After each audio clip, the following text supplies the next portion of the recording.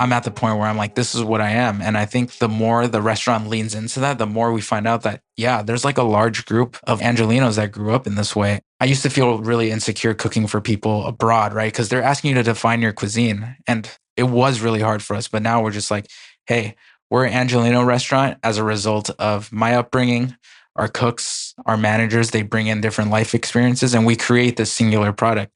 And that makes us unique and hard to categorize. And you know what? That's completely fine. Mm-hmm. A lot of the narrative of Kato from the very beginning is like making the best of what you got and people appreciating that because we come at it creatively because we have to come at it creatively.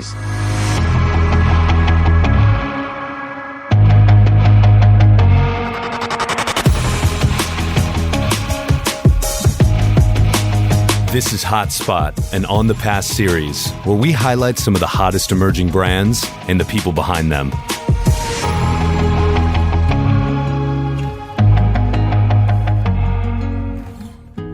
Welcome back On the Pass, listeners. Gabriel here. I hope September has treated you well. We're back from our creative break, our little holiday, feeling recharged, invigorated, and excited about the next few months as we're sprinting into the holidays. While we were on our break, I hope you all had a chance to catch up on our numerous episodes with guests like Chef Jordan Kahn of Vespertine, Ian Burrell and Aisha Dadrill of Equiano Rum, iconic sommelier and wine director Daniel Humm, Chef Dan Barber, and so many others. Many of you have heard me say this in the past, but don't neglect the numerous episodes from past seasons.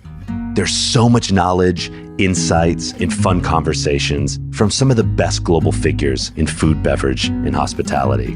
Before I introduce our next guests, I need you to do me a favor, and I'll only ever ask you for one thing. If you're not already following our show on Apple, Spotify, or wherever you listen, please do so now so you can keep up with all our future and past episodes. If you've already been a follower, we greatly appreciate you, but you haven't yet given a 5-star rating or written a review, please do so. This helps our show grow, get discovered, so my team and I can continue to bring you these valuable conversations. We appreciate you and love our global community of listeners. Our next guests are Chef Jon Yao and Sommelier Ryan Bailey, co-owners of Kato, an Asian American restaurant that explores the intersection of Los Angeles and the Asian diaspora. Kato began its life in a space 1/4 of its current downtown LA size, in a humble strip mall on the west side of the city. I believe at the time Jon was just 25 years old. Yet despite its limitations, which inspired constant creativity, Jon and team garnered numerous accolades and awards, including a 1 Michelin star in 2019. Kato entered its new space just 2 years ago, and it's safe to say it has settled in nicely. It has retained its 1 Michelin star over the years, and just this past June, it was named winner of the Resy One to Watch Award as a part of the World's 50 Best Restaurants 2024.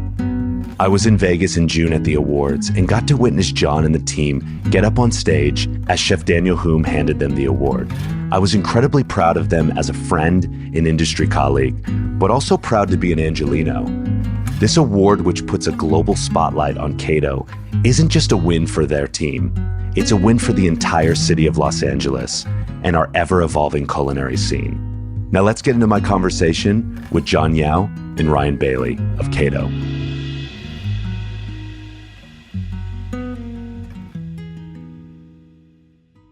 You know, we have such an international guest list for this podcast. It's not often that I get to sit down with like Angelenos as well. Yeah. And so I think what's fun about this conversation, where I'd love to start, is like the state of LA's dining scene from your perspective as owners, as operators. What's exciting you right now? What's inspiring you? And what are the challenges as well? I mean, I was just telling one of our cooks the other day, I was like, whatever, when I first started working in like LA proper and like restaurants, like you could go to like 2 or 3 places, but I think now there's like maybe 20 places you can go to, 30, 40, 50. There's like, if you want to be like a culinary professional, there's so many resources in the city rather than like even like a decade ago. So I think it's exciting to have like a higher level of skill in the city for me. Yeah, I definitely think that recently the conversation about dining in LA has really narrowed itself down to the fact that you can eat incredible food here and it not just be focused on fine dining. And that is kind of LA's culinary identity, is that like, if you were to come here for, 3-4 days, you might go to a place like Kato, or you might go to a place like Hayato or Providence or one of these fine dining restaurants. But the list is usually, I'm going to make sure I hit up this taco place, or I'm going to go out to SGV, or I'm going to make a drive to something that has just been discovered, or something that's been around for a long time, but is starting to get a little bit more presence and shared amongst the masses. And that's, to me, that's, I think the most exciting thing is that, sometimes when you go to other cities, there isn't that from $5 to $500 range of incredible quality of experiences, but also just like delicious food. Yeah, I mean, there's such depth in LA. Do you feel you guys have both, you worked in New York, you worked San Francisco and other places. Is the community different here in LA? Like, is there a camaraderie with chefs? Is there a camaraderie with sort of the industry as a whole? I feel like in New York, people really come together in certain ways sometimes, but is that same thing in LA, or is it because we're so separated by geography that maybe it's like you're in this bubble, they're in that bubble?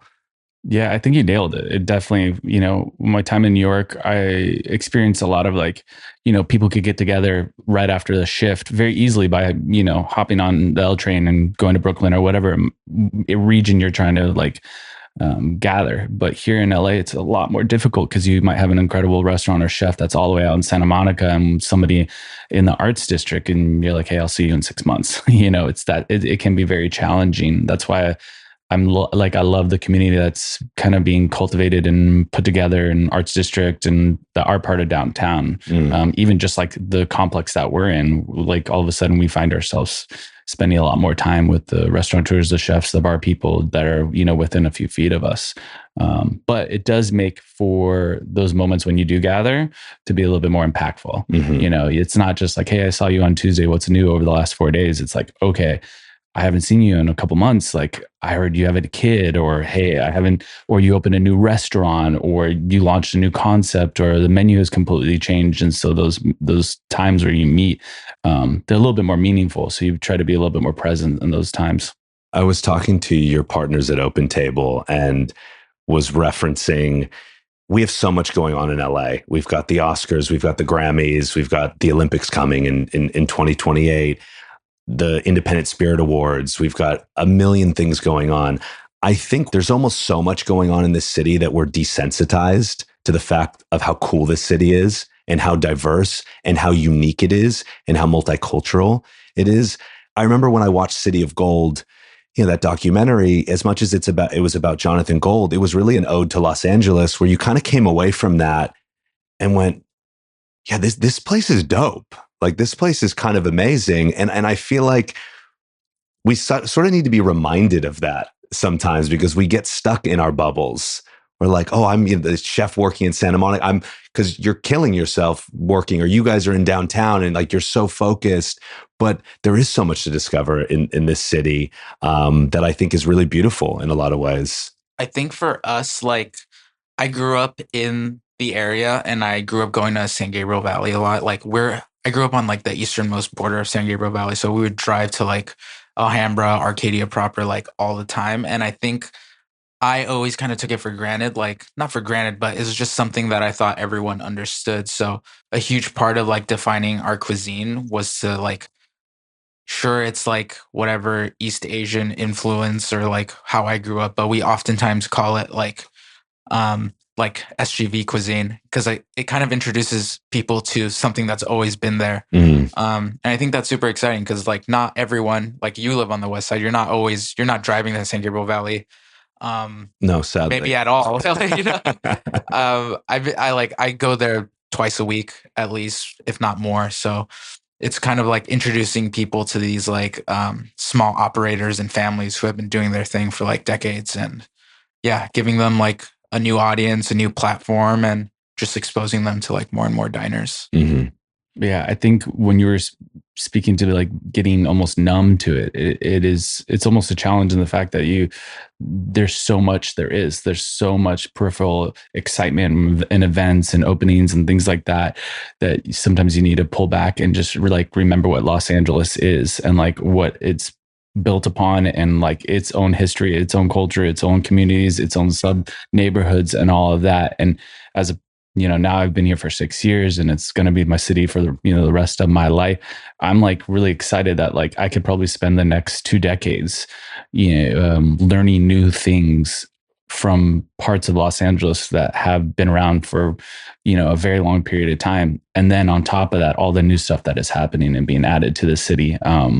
It's got so much culture and excitement, and in terms of hospitality, it's got so many restaurants that it's like it's its own state to a certain degree. Like, Yeah. The bounty of what we have and what we're blessed with in terms of our opportunities to get exposed to new things here in the city is like more than what you would see potentially, like I said, in a small state. Mm-hmm. So, it keeps us definitely on our toes. Yeah, I mean, LA for me is like defined by neighborhoods and not like a city in general. You really have these specific neighborhoods that all bring a certain culture to the table, and you can drive 15, 20 minutes and be in a completely different place, which is super, super interesting. We talked last time a little bit about why running a restaurant is substantially more difficult in the last 2 decades. Why is that?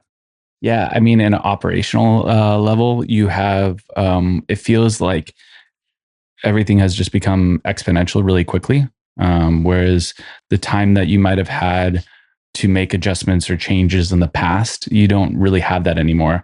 What you could have planned over a year, you now have 1 week to plan over. And it's kind of coming in all different facets. People see it as the, restaurant as a meal, but it really is an experience, and it takes a lot of different things that go into it. And even just in the lead up of it, I used to know friends that opened up restaurants and they were able to, from concept to doors, say like, oh man, I can't believe it took me 16 months. And now we have friends opening restaurants that it's taking years and years and years just to get through the process of, setting up permits and finding a space and construction and bringing on utilities, and then nevertheless getting to the fun part of, what is it I'm actually going to do in this restaurant? And then on like, once the doors are open, you have everything from increase in terms of, labor at a very high rate, being able to make sure that you're offering a substantial livable wage for them, for our, employees, handling food cost rises that have gone really quickly, all the way down to small things that people don't even think about, like, big, more social political issues in our state, like the insurance issue that's going on right now in terms of, insurance companies increasing their rates for their policy. And you're like, oh, wait, a restaurant has multiple insurances that they have to carry. And so if one goes up 25%, the next thing you know, you have 3 or 4, you see that really big spike from 1 year to the next year. If that's not built into the business model that you planned out 7 years ago, or however many years when you opened, you now have to figure out, oh, where's that revenue going to come from? And that's why and it's always been that way, but it just feels like it's happening so quickly in the city, that all these micro little adjustments that restaurants need to have an eye on, or lines on a P&L, it seems like it's a daily basis now. And it's I have to solve the problem in 72 hours, or I have to solve the problem in 7 days. It's no longer like, okay, I can think about how we're going to go about this over the next 365 days. Mm-hmm. It's like, okay, I really got to make sure that we're on top of this, which makes you have to look into the future and kind of predict what could come to be, I think you need a crystal ball. Yeah. I mean, the pandemic did that. It was something that came completely out of left field. And now I think restaurants and operators are thinking, okay, what else could come out of the left field? Like, what else can come our way? And how do we plan and make sure that we're okay for that next thing, or that next challenge that could be hugely detrimental to, our industry? Just to piggyback off what you're saying in terms of rising costs, I think in general, the diner has been like relatively like shielded away from like what the actual cost of the experience is. And like Ryan said, like you're not just paying for food, you're paying for so many things, right? Like rent, labor, like product. I mean, from a culinary standpoint, like I think top to bottom, like we do our best to source very, very intentionally, like down to like things you take for granted, like salt and pepper, like we know where we're getting it from, and there's a reason why we're using a certain thing, and it's been tested.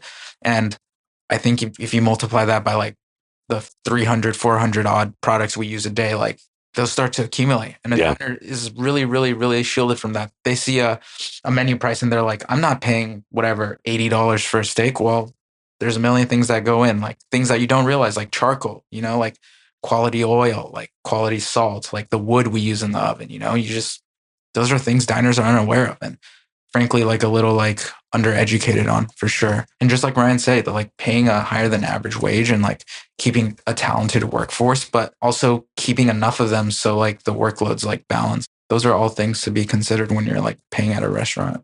Yeah, I think that's something, the media has I think they're doing an okay job, but really with this show, in a lot of ways, we're talking to ourselves. We have a large global industry, people, and then the hyper like food loving community, which I think those people are pretty educated. Those are the individuals that sort of go by the guides. They go by the lists.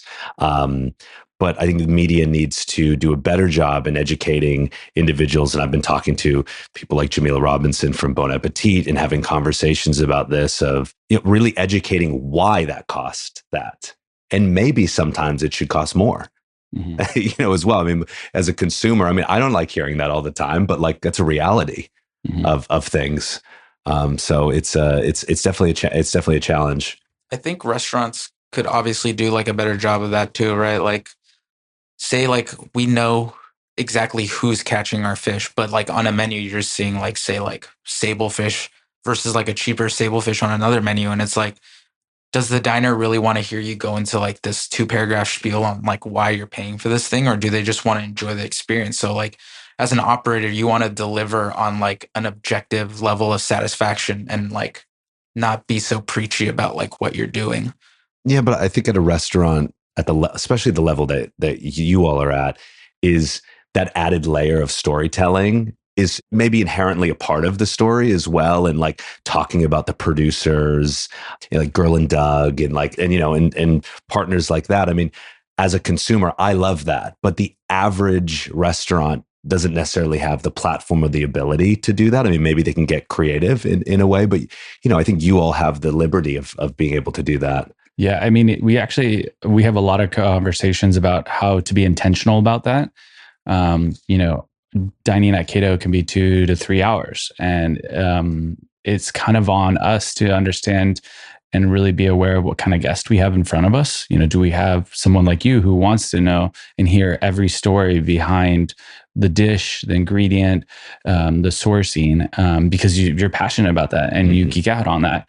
Or are we taking care of a guest who is just out for an anniversary and wants to be satiated by the food and read about it from a review, and us constantly breaking that bubble of the intimacy that they're trying to create between the two of them at their table for say their anniversary or something is actually annoying to them and is detrimental to their like joy for that night.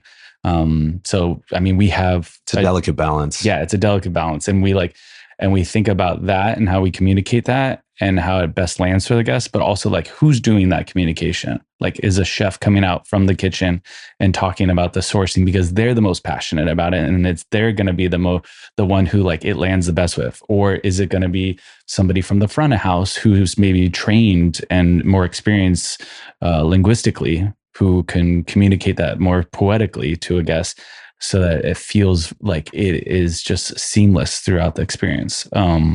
Being intentional with that communication is definitely something that I think a lot of people don't think about. And for us, like I said, it helps relay the message of all that goes into everything and the cost of everything. And the justification of, say, maybe a higher price point, because diners don't necessarily want to say a complete breakdown. They want some of that mystery, the aura around the restaurant that like, you guys have taken care of this and I'm here just to relax. And that's like another line item too, right? Not just having like a service team, but having like service professionals like read the room and being able to discern that situation. And yeah, that takes professional people, not like a transient employee, Yeah. Yeah. I mean, and that's a top-down approach though, as well as like, how are you hiring? Who are you hiring? How are you sort of educating and informing your staff, which takes time, energy, money, the whole gamut. Yeah. Jon, what makes this partnership a good partnership? I think at the core, we talk about that in like bringing people into the space too. I think like our morals and our tenets have to like align in some way or the other. I always tell our employees like what we're making, like another human is consuming. So first and foremost, it has to do with your health. We have to feel good about sourcing it. We have to feel good about cooking it. So I think a lot of what we do as a restaurant has to do with like, do you have good intentions or not? And I think like Ryan's a genuinely good person, and I've had that experience with him, like across years. So I felt really good about that, and I felt that anything else after that point we could work out. And I feel like all partnerships, like marriage, business, they're not without hardships. But I think the willingness to communicate and like having like an open line of communication at all times, and an openness to criticism, and like a genuine desire to improve not only ourselves but the restaurant is like, I think, what me and Ryan are all about. So I think it works really well in that sense. And what has he taught you that only he could teach you? I think one of the big takeaways like that we apply to the restaurant is that it's not just about one person. Everyone has their wants and desires, and it's okay to convey that. But at the end of the day, like we all participate in adding to the restaurant. And yeah, it's not just like dividing it evenly, or like, I don't really know how to say this, but like everyone adds to the tapestry of the restaurant, and no one's opinion overtakes anyone else's. And for some people, it's like, oh, I have to compromise. It's like, no, we're just working together to create a single product. Ryan, what has Jon taught you that only he could teach you? I've thought a lot about our partnership, and a lot of people say, hey, this is like my best friend. Jon kind of is like my best friend. But I think our relationship is more like a brotherly relationship. You said like you have your ups and downs with your brother, but at the end of the day, you're connected on a deeper level, and it's not going anywhere. So when conversations get difficult, you really have to find a resolution. But what I've realized over this period of time is that it's really special and important when somebody has a passion about something. And within a restaurant, everybody's passionate about a lot of different things. My bar director is passionate about the drinks he's making. My GM is passionate about the hospitality that she's conveying. And Jon, from the very first moment I've met him, has been like an endless source of passion about food and culinary expression. And for me, it was very inspiring to see that at a moment in my career where I was starting to feel burnt out. I had been working for some really high-end, for a really high-end company, and working long hours, and had put in a lot of time over a decade plus. And next thing you know, I see this person where just that passion is so conductive that it kind of reignited what I saw in this industry and what made me fall in love with it. Individually, though, I think Jon has a really special way of conveying or telling a story without even using words at times. And these stories are very intimate stories. And that's what kind of that's what's probably resonated the most with the people that come to Kato. Like, I don't know if I'd answer that question. No, you did. Yeah. You did. No, that was great. Yeah. And I think it's obviously, it's conveyed in the food, like completely. I've experienced it, and I absolutely love what you do, Jon, and what you do, Ryan. And who's your bar director? Austin Henley. Yeah, he's fantastic. Yeah, he's very talented. Jon and I got very lucky to get connected. It was almost like a kismet moment when we brought Austin in. Yeah. I had experience in the bar side of things, and when you're starting something up, you kind of think you can do everything, or you think you should do everything. So it was like, oh, I could do this, I could do this, I could do this. And what you end up doing is kind of just diluting the quality of everything that you're doing. So there was a moment where when it came to the bar program, and this is the first time Kato's ever had a liquor license, so we didn't really fully know how deep we were going to go in our bar program. That one of my former sommeliers who worked for me at Nomad worked with Austin and connected us. And here I'm having a conversation with Austin for the first time, finding out that he worked at Maison Premier, one of my favorite bars in New York. That was 2 blocks away from my first loft, or my second loft. He worked at Maury Margot, 2 blocks away from my first loft. He was a part of the Booker and Dax team. And that was like one of the most inspiring bar programs to me. Had dined and drank and been connected to the Nomad bar program over and over. Yet we had barely crossed paths. Yet at this moment in time when it means the most, like in terms of like starting to work together, we're kind of connecting for the first time, and it was almost instantaneously. What was quote unquote an interview ended up being a 4-hour discussion that actually wasn't even about alcohol to begin with. It was about non-alcoholic drinks and NA drinks, and why weren't people putting more time and attention and focus on that. And we had this whole discussion, and he looks at me and he says, "I'm glad you're passionate about that, because I'm actually not drinking anymore." And I said, "You could have led with that." Like 4 hours ago. Yeah. Well, it's funny because, you know, we did like a whole high tea episode based on the Lunar New Year dinner that you guys did with Daisy and Matt, and the non-alcoholic pairing. You know, Victoire was like, I said, "What do you want to talk about on this episode?" And she said, "Honestly, I kind of just want to talk about how great the non-alcoholic pairing was." I think it was a Monday night or something like that. And we were all kind of like, "Oh, we're going to take it easy," coming off of a big weekend. And yeah, I mean, it was phenomenal. Yeah. I think one of the things Austin's probably taught me the most about is that in the beverage side of things, when we try to talk about non-alcoholic drinks, it's always about making them still taste like an alcoholic drink. Taking a cocktail and removing alcohol and trying to make sure that it still tastes like that cocktail, you're never going to have success with that. So what he does is he approaches it in a completely different perspective and goes, "I have this great, amazing market produce, this orchard fruit from Andes, or, these melons from Visor Farms, or whatever it might be. And you know what would be cool if we did this flavor in a carbonated fashion, or we did this flavor but highlighted the bitter component, or we did this flavor and it was bringing together the seasons to approach like this dish that John's cooking." And I think that mentality is starting to dissipate into the community and really resonating with people in Los Angeles, because I truly believe that like the consumption of alcohol is starting to moderate. And people still want that experience of enjoying something just as delicious in a glass that you would have on a plate, but maybe don't necessarily want it to lead to, intoxication. Mm-hmm. Yeah.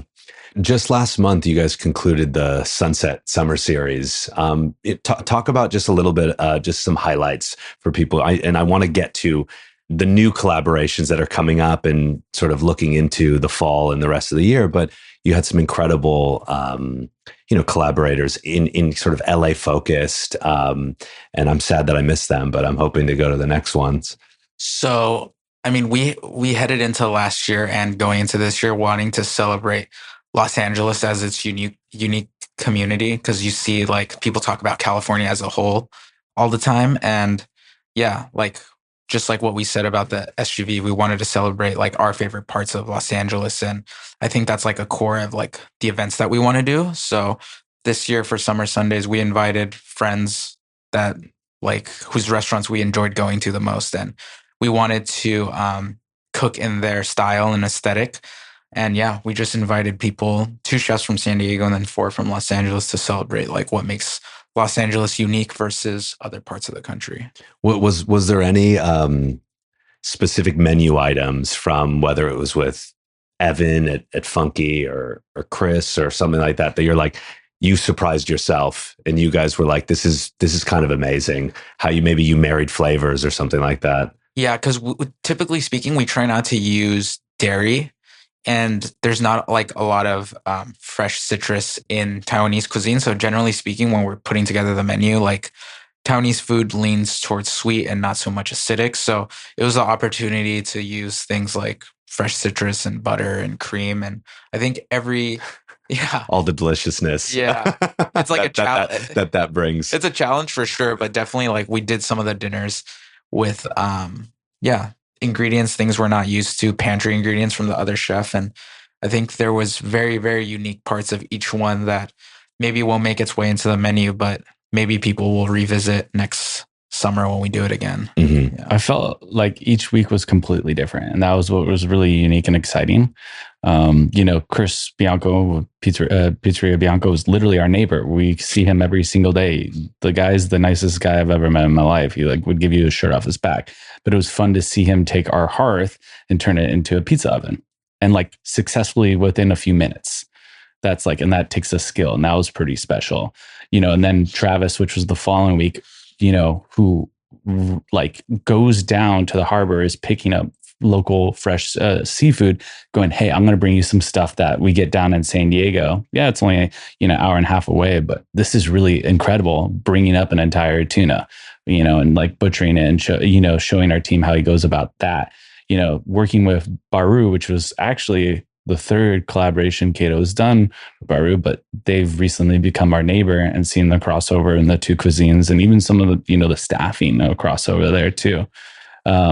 The following week with Evan, I have so many incredible photos of Evan making pasta in the middle of our dining room, but literally halfway through the meal, he's sitting there for, I don't know, 15 to 30 minutes teaching some of our cooks how to do this pasta that he's making for the night. And that was incredible to see our staff get to learn from one of the most, successful and incredible pasta makers.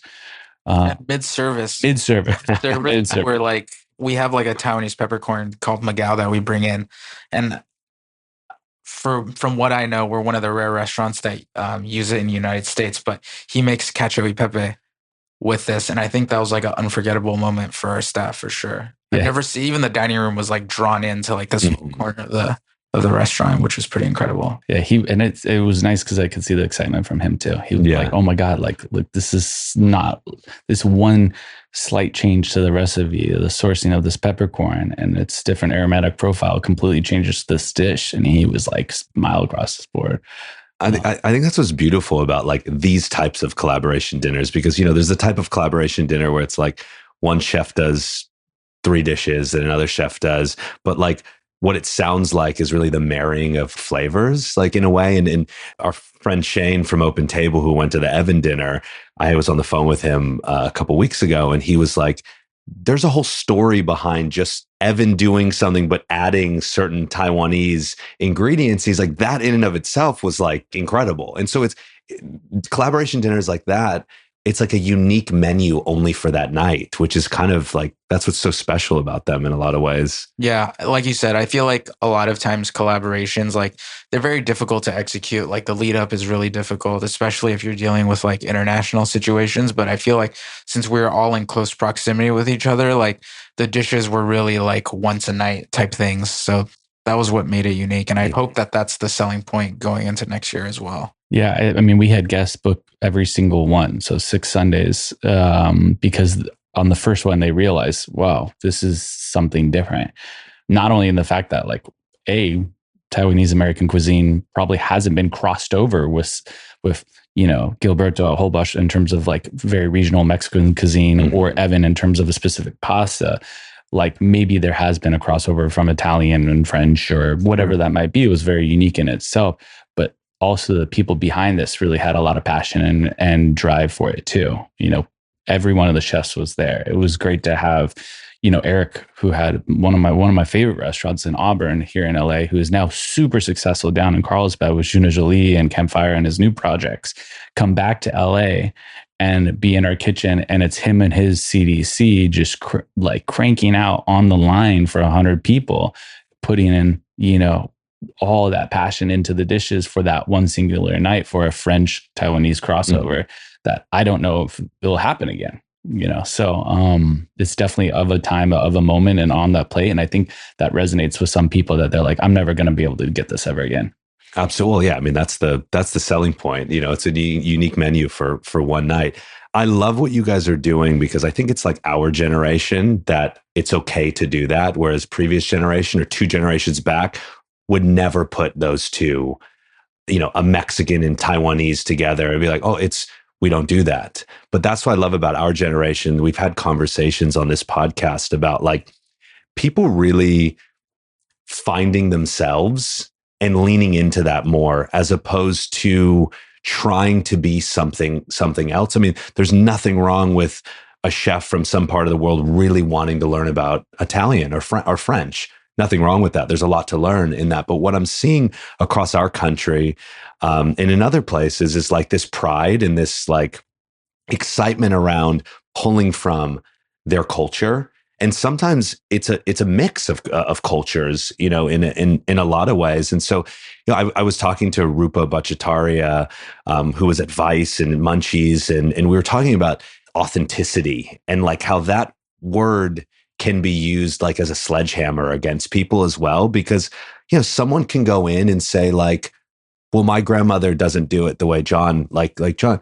Well, because it's authentic to what Jon's perspective is. There isn't one way, necessarily. And so I think we actually have to like stop using the word authentic, because what's authentic to someone is what's authentic to them in their upbringing, in their form of expression, ultimately.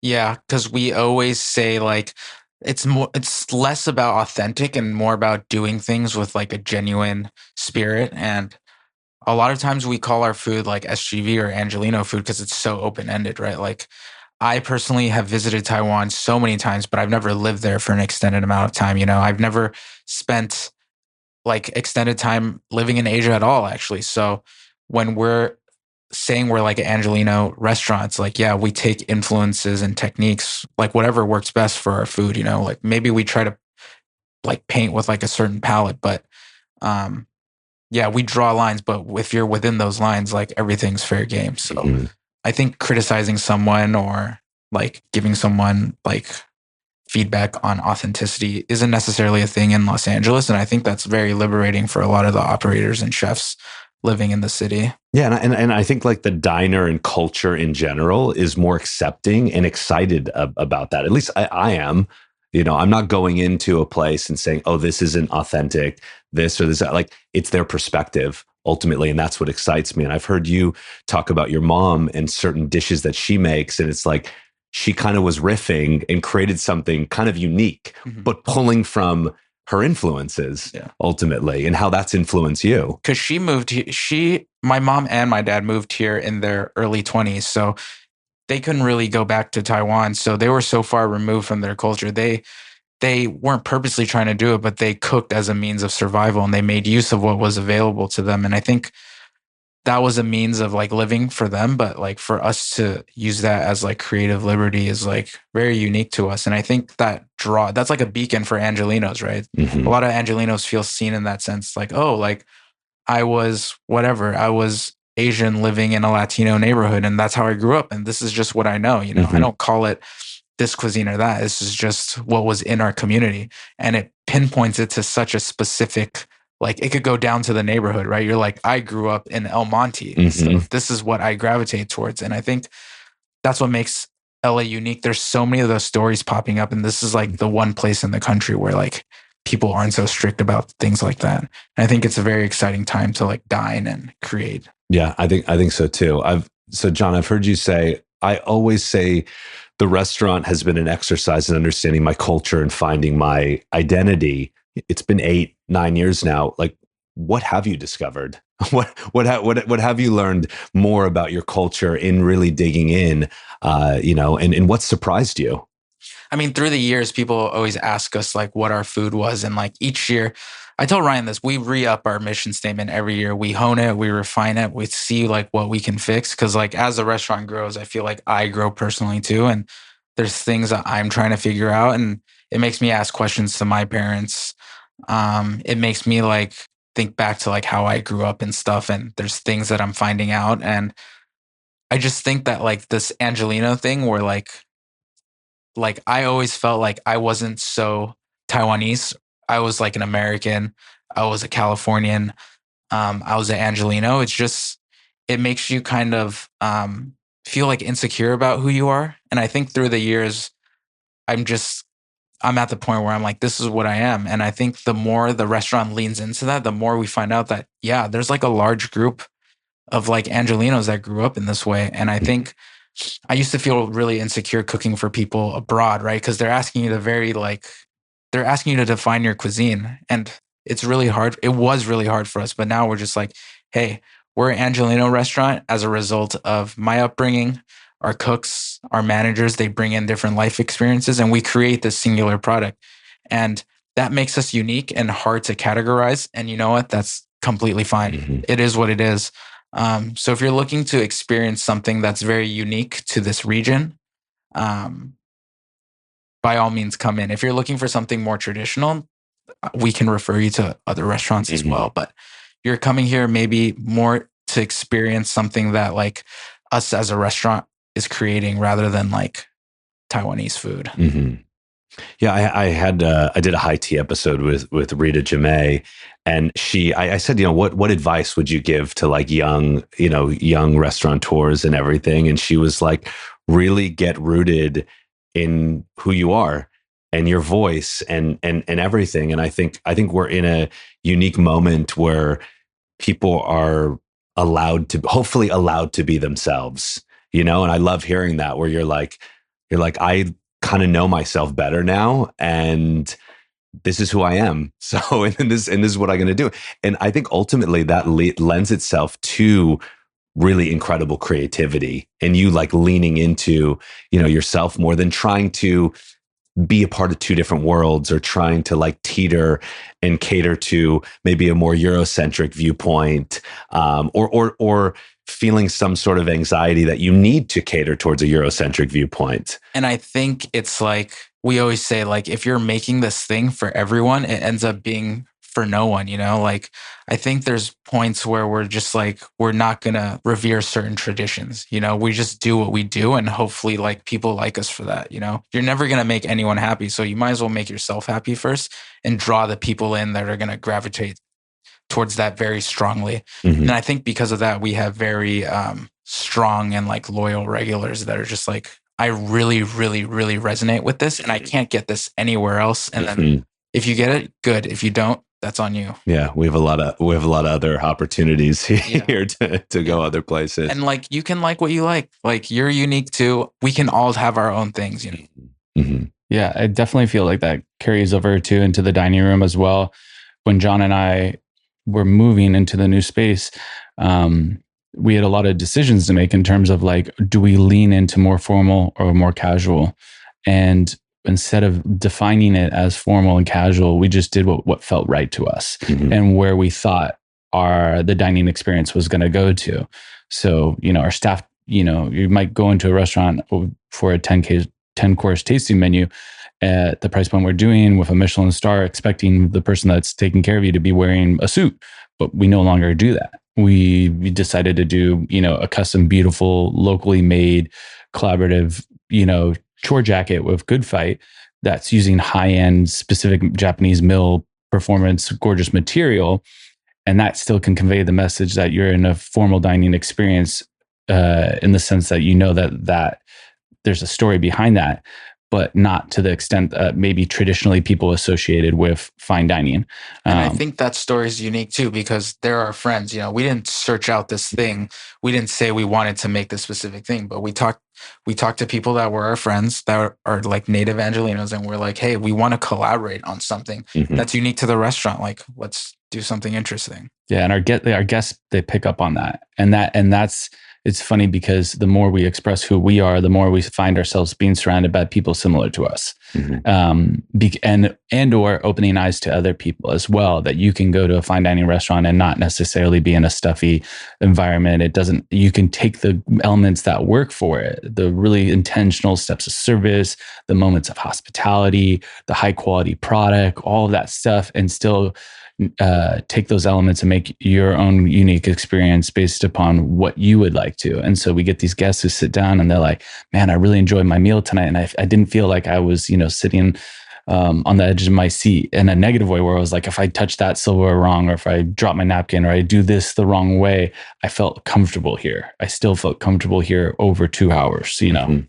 So this past June, you guys were honored with the Resy One to Watch for World's 50 Best. You're now part of the World's 50 Best ecosystem. How has that recognition changed the business, changed how you think about yourselves as a restaurant? I mean, Ryan wasn't able to attend the ceremony because we missed you, Ryan. Sorry. I think going in, I was like super like anxious, I guess would be the word. Like I didn't really know what to expect from the situation, but when I got there, I felt this like overwhelming sense of community, and everyone is so welcoming. And you have people that are masters at their craft, people who have been doing this for a very, very, very long time at the top of their game. And I think everyone was so welcoming. They're there to celebrate, you know, like I don't think people there saw it so much as a competition, but like a celebration of everyone's accomplishments and like lifetime achievements. And yeah, I feel like that's maybe not so much domestically when you do events here. And when I came back, I told Ryan, I was like, I really want to spend this year figuring out a way to celebrate what it is that makes Los Angeles unique, the community that like operates to keep it going.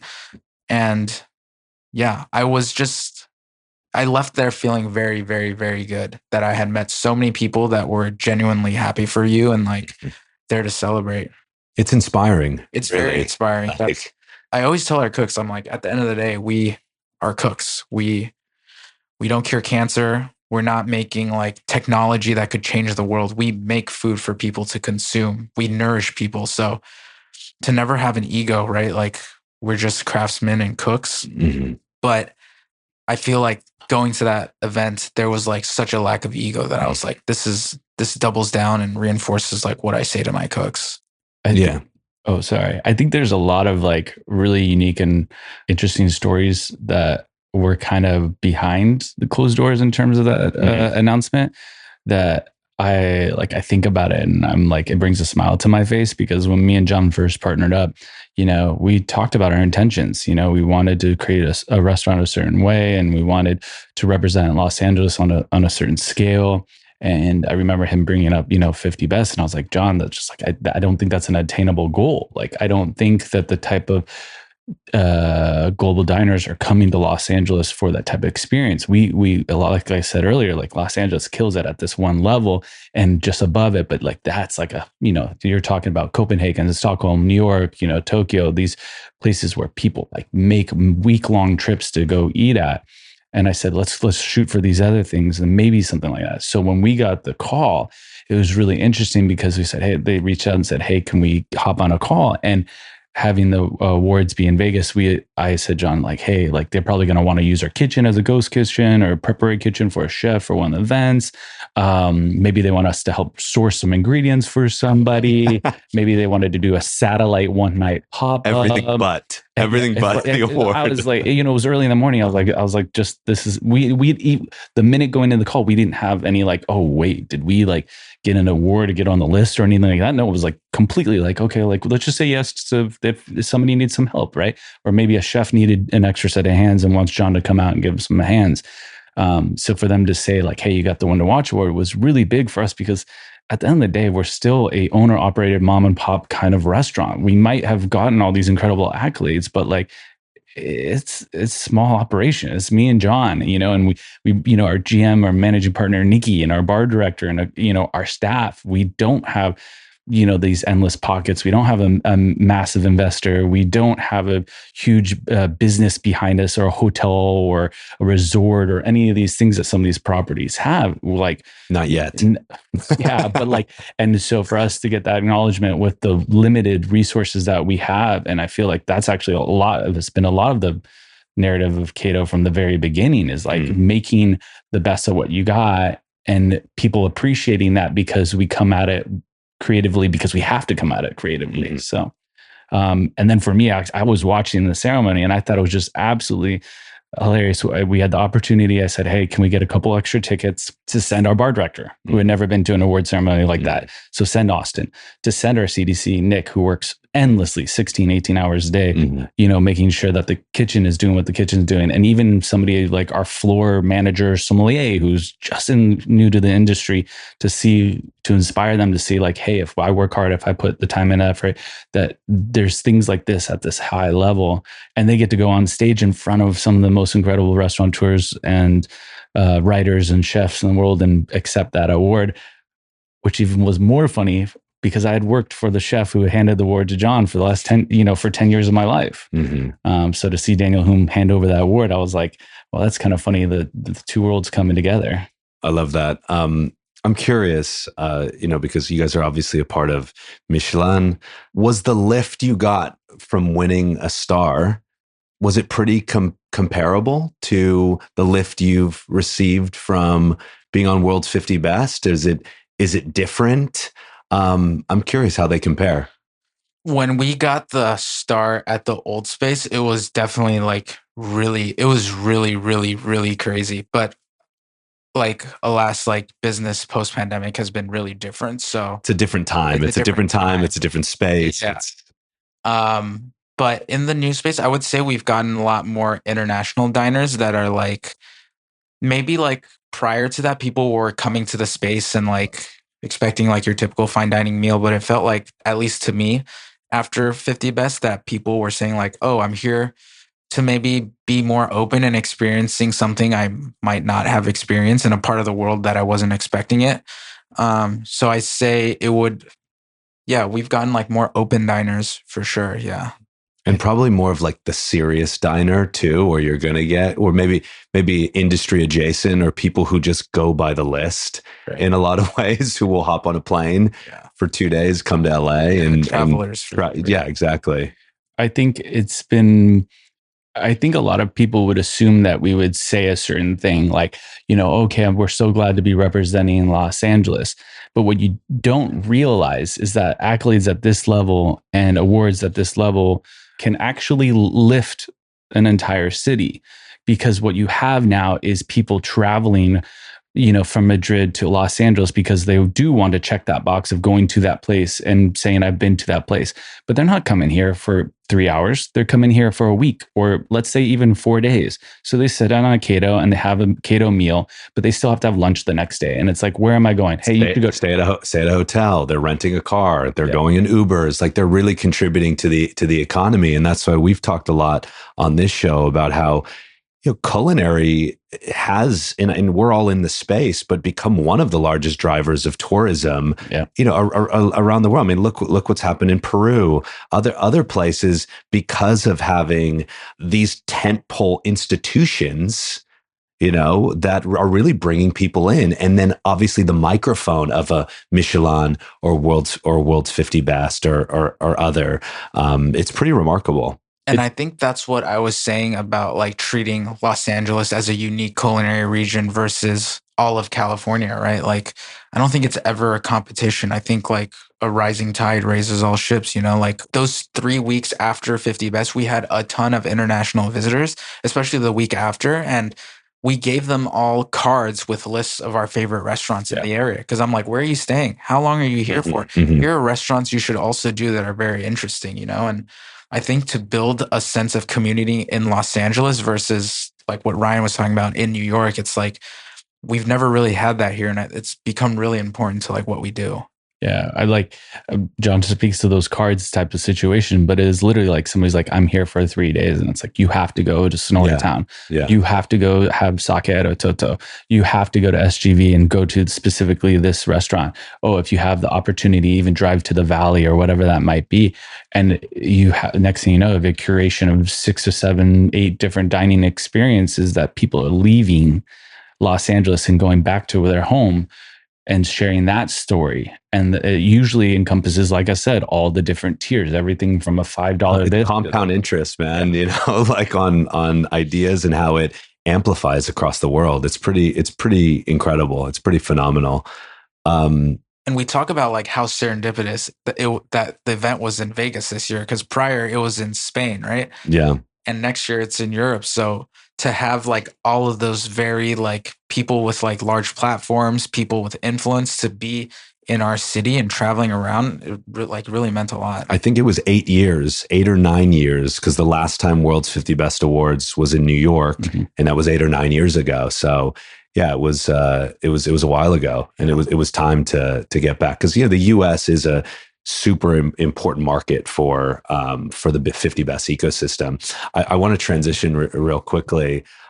Jon, you've said cooking isn't really a glorified career in East Asian culture, and that you just don't want to disappoint your family. How do they feel now? Like, how do your parents feel about, what you've accomplished, like your success, but also what you want to continue to accomplish?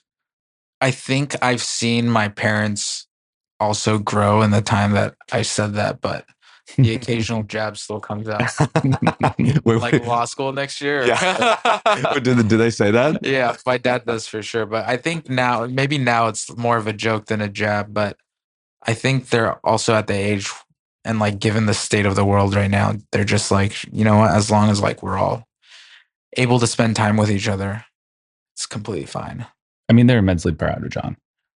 I've gotten to know his parents very closely over the last couple of years, and they're incredible people. And Jon's very family focused. When we're going to 101 for LA Times, he's bringing his family. Yeah. If they're going to an event, he's trying to bring them if they can as much as possible, because he wants to experience that with his family. But the first thing we usually talk about when I see his parents is like, how are you? How's everything going? And they ask about the restaurant, and they say how proud they are within a sentence or two. Maybe they don't say it that often to Jon, but you can see it on their faces, and they definitely are. Yeah, I think most of that stemmed from them being immigrants and having to work so much that when I was younger, I didn't really spend serious time with them until after high school. So I think we're trying to get back that time now. And that's probably why they don't want to see anyone doing like manual labor for a living. Well, that's really beautiful. I'm sure they are immensely, as Ryan said, proud of you and your success, and excited to see this continue to grow for the both of you. Let's talk about sort of the menu and sort of upcoming collabs. And then you had mentioned on the phone the other day, the banquet menu.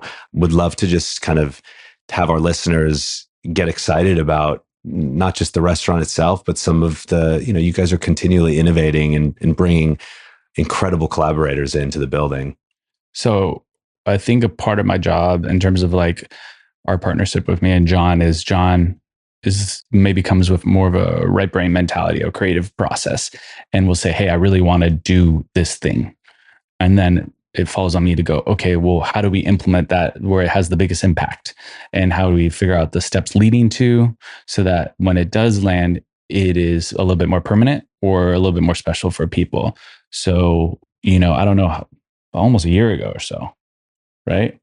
Came and said, I really want to do more banquet cuisine. And then explained the concept to me. And, I wasn't as experienced, obviously, as Jon was in it, but I was excited. And I was like, this is great.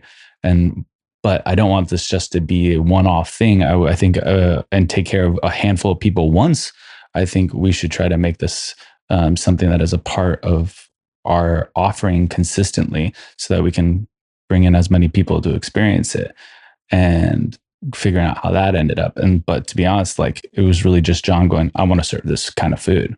And I think like a lot of times, like, we craft our menu maybe in like cadence or style or flavor to the traditional banquet. It's more of like, it's the Chinese analogy towards the tasting menu, basically. So we just went one step backwards and wanted to offer our version of like this thing that's existed for a very long time. And it's just something we always wanted to do, because for me growing up, it was how we celebrated large events. Like even if whatever, you have like a wedding now, that's how you would celebrate, you'd have like a huge hall and everyone do the banquet menu. So we wanted to share this experience with our guests who may not have had the opportunity to experience it in Asia or the San Gabriel Valley, but anywhere there's waves of Chinese immigration, there's been versions of this everywhere. So we just wanted to add to that culture. You can say what it is. Yeah. How does it come to life? Like ultimately, what are the tastes? What are the textures? Like, what's the experience? So the bando is like the Taiwanese version of the banquet. You'll see like really elaborate, like roadside feasts with like a ton of people. And I think sometimes it's for a funeral, even sometimes it's for a wedding, but they'll do like a progression of dishes, the chewy things, the cartilagey things. Those are flavors flavors and textures that I really wanted to introduce to a Western audience. So we're not really pulling back on any of those in this menu. Yeah. Mm-hmm. So it's literally one table in our small semi-private dining room for 8 people once a week on a Wednesday night. It's an extensive, long experience that takes 2 service professionals dedicated to it. We were able to work with a local ceramic importer who is literally our neighbor, like 100 feet away from us at the row, to curate some really beautiful ceramics for it. We were able to focus on service pieces. We were able to figure out and incorporate a beginning tea and ending tea service into it. But it was really like how we wanted to dine out too, is that like there's something to be said for going out with one special person, but the atmosphere and the enjoyment you have when you like forcefully sometimes in the city gather people together at a table for 8 people. It's really fun for like a 3-hour experience. So, we did our first one last night. We're going to keep on progressing and we're going to announce it to the public shortly. But like I said, I wanted to be almost like a concept within a concept, because if people like it, who knows, maybe it can grow into something else. Mm-hmm. And is there any specific collaborations that are coming up with other chefs? We're doing one with Chef Chris Kajioka from Hawaii. I had cooked with him in Hawaii like right before the pandemic, so we definitely wanted to bring him out to Los Angeles, especially considering some of his staff is with us as well. We're super excited for that, and then we'll probably have some international guests going into Lunar New Year next year, which is kind of like our flagship event of the year, which we're super excited for. That was the one that you went to. Yeah, it was incredible. Yeah, we were trying to top each year with like more and more stuff, so I hope this coming one is going to pan out well. I think it is. Yeah. So Mid-Autumn's coming up. After that, we purchased our first barrel of Kavalan whiskey. So the first restaurant to bring in a Taiwanese full cast distilled barrel. So we're going to do some fun programming around that in the fall. We have our wine, which we make, going into releasing our second vintage of it, which is a small project that, John and I started with a good friend, Mike Lucia, like 5 years ago, and it's just now starting to come to fruition. And yeah, Lunar New Year is a big one where now it's, it started as 2 days and it's going to probably encompass multiple weeks for us this year, with potential for, conversations, education, community outreach, but also bringing other chefs that are a little bit further out to come cook. And then last year we successfully added a bar element to it by giving Vea and Sean, who have a concept called Double Dragon that doesn't have a brick and mortar, an opportunity to make drinks in our space for a couple nights. And we saw how thankful they were for that. And so incorporating something to that degree this year as well. So we're 4, 5, 6 months out, but it does take a long time to get to that moment and to plan for that. What have I not asked you that you think is important to discuss? I don't know. You're very good at your job. I feel like when we're chatting like this, when the answer gets asked and you respond to it, sometimes down the road or a few minutes later, you're like, man, I wish I would have said something a little bit different. And you asked me what was like, special about working with Jon and what I really admire about him. And it's almost like something, I guess that you could say, like something that I wouldn't mind like telling other people too as they go along their careers. But the amount of patience and perseverance that Jon has exhibited over the last 8 years is outstanding. There was a lot of hurdles along the way of Kato, which could have very much so ended Kato to a certain degree. And Jon just kept persevering through that and pushing through that. And he won't say that because, Jon's reserved and, that's why he has you. Yeah. But it doesn't get conveyed to the public as much as like how challenging it is to open a restaurant with 2 people and then even grow it to 3 to 4. and then to 6, and then to figure out all the challenges of cooking in the space that was the old space in terms of low, like to no resources for refrigeration or even housing, I guess, getting through COVID and all that. And then to, be honest enough to say like, hey, I think I want to bring on a partner because this could lead to some growth or could fill some gaps that are currently there. That takes that takes a lot of pushing away an ego, and that takes a lot of self-realization of like, sometimes you have to say, I can trust somebody else along that path. And then I can't even tell you how many text messages I have from Jon at like 1 a.m. that are like, when is this going to happen? When's the next thing going to happen? Because he was so excited to grow and to do something more, but still patiently waiting for it. I mean, we looked at 100 locations plus over 3 years before making the transition to the new space. And a lot of people would have got distracted or would have lost patience at that moment, and he didn't. And like, so some people now, they see the 50 best, they see the Michelin, the Young Chef Award, they see the #1 times, they see all these things and assume Kato is one. It just happened. Yeah, like it just happened. It just sprung out, but they didn't.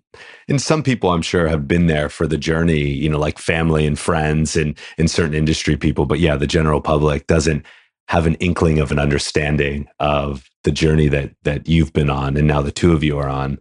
Yeah, the amount of dedication that it takes. And yeah, I think this next up and coming generation, as I'm employing them and I'm onboarding them and hiring them and talking to them and trying to educate We're them. no longer that up and coming generation anymore. I know. I can tell by the quantity of hair on the top of my head. Yeah, exactly. But yeah, like just reminding them of that. It's like the instant gratification isn't going to happen, that you will have to devote yourself for a long period of time, and you will face a lot of challenges, and you will have to ask for help. You will have to ask for help, and it's totally okay to ask for help. You should, I implore anybody listening that if there's anything you're doing in business right now and you come across a challenge, there's guarantee there's people in your life that will help you if you just ask for it. Yeah. I mean, it's a lot of self-awareness to be able to go like, I've sort of grown as much as I can on my own, and I really need the right people so that we can grow to the next level. But it's a leap of faith in so much, and being able to trusting family is difficult sometimes, let alone someone who grew up in a different culture, different space, but like when it does happen, it is successful. I mean, it's magic in a lot of ways. And like you said earlier, like any relationship, there's ups, there's downs, there's hills, there's valleys, but it's ultimately like, how do you go through those challenges and grow together, as opposed to like kill each other, because something difficult happens, because you're always gonna encounter challenges. And I think at the end of the day, like the way our industry is played out, it's always like there's a chef and then there's a restaurant, but a restaurant is truly like an accumulation of everyone's talents, everyone's weaknesses, everyone's dedication. And like, yeah, it just involves so many people, like the supply chain, your producers, your purveyors, yeah, like I've built so many relationships in the restaurant. It truly takes every single person every single day. If anything, like, yeah, it takes more from like other people than it does from me. Mm-hmm. What's a life lesson you can leave us with? To be open and to be curious all the time is super important. Just open to hearing someone else's story, being able to empathize with them, being open to new knowledge. I think being from a culinary background, you could be proficient in one type of cuisine, move to the next and be completely useless. So I think the moment you stop being curious is the moment you stop learning, the moment you stop growing as a human.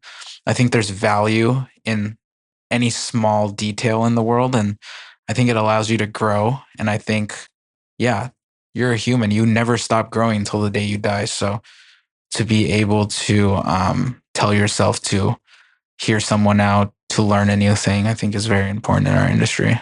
Yeah, I think taking the time to focus on yourself sometimes is really important, and to allocate some time for you to plan and be intentional I think people would be surprised what they can achieve if you set goals for yourself and a path to go about it. Now, you're always going to come to forks in the roads and hurdles in that road. But if you have a goal at the end of the day that you can still lead toward or look toward, and within a restaurant, a lot of our job is to get our team to feel that way too, to get on board and say, like, we're all striving for a certain thing. But it starts with one thought being generated. And I think in our society right now, in our community and within hospitality, we work so much, and we're so focused on just production and getting something done and getting through service that you don't put an importance to, okay, if I take a step back and, in business, like work on the business or work on myself or work on the time that it needs to generate that creativity, you can get caught and lost in the day to day, and you would be so surprised what you can achieve if you focus on creating that time for yourself to then project outward. Yeah. And I think like treading water day to day is like obviously like a reality, but we always tell our young cooks it's really important that you think about life in like whatever 5 year, 10 years, have like really like macro level goals for yourself, because it adds value to your daily actions. It affects your sleep, how you exercise, how you eat. All of those affect your end goal. So it's really important to like set those things for yourself and think about how you want to grow in that direction. Yeah. Facts, man. Both you guys. Jeez. Dropping gems.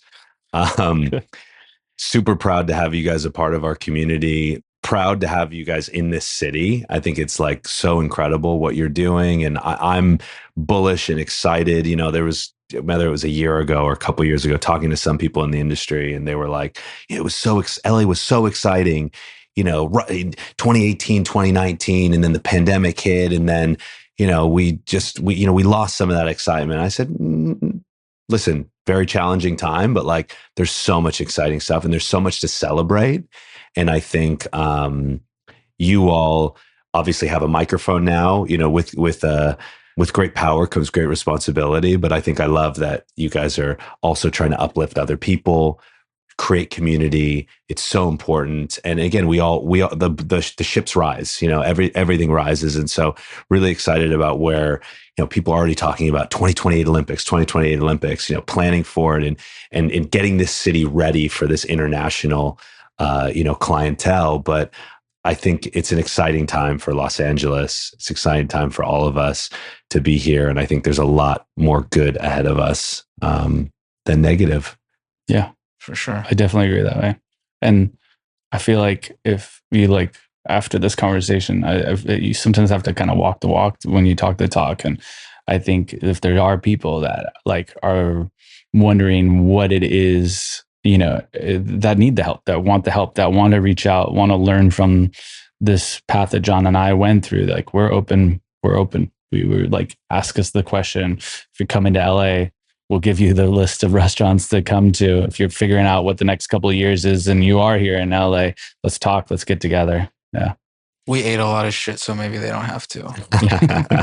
Yeah, I think that's important. Well, now, we're all still young here, but there is that opportunity for now being not just the mentee, but the mentor, which I think is super, super important. Not everybody gets that, but if you have the ability to do that, I think it's so important. And again, like you said, don't make the mistakes I did. I mean, you have to make some mistakes, but they can learn, don't do that. Yeah. And I think it's so incredibly valuable. Yeah. And it's great to see that people, even within the just short couple of years of Kato's existence, now start to shoot off and do their other projects and go to other cities. And I'm excited to continue to see that happen. We, like all of us here, we've seen the Thomas Kellers, the Daniel Balus, the Wolfgang Pucks, those people, and our friends are the people who are part of the teams that help build those restaurant groups. The alums that went on to we talk about on the show a lot, change food culture in a lot of ways and take what they learned there and take it to the next level. And like, yeah, I think that's really sort of exciting to see, Kato as an institution, and yet still young, but have the opportunity to affect culture in a way, not just with your restaurant, but what the alums go and do and what they impart on the culture. I think that's like super exciting and something you have to be proud of. Yeah. I think a lot of people have said it, and when they talk to Jon, is that they thank him for like what he's been able to do has given them the courage to do what they want to do for their culture and their families and their region and how they were brought up. Yeah. And now that barrier is kind of being broken down. Yeah. Well, let's get outside. It's beautiful out. Yep. Thanks for having me. Thanks, guys. Thanks for having us. This was great. Awesome opportunity to just chat.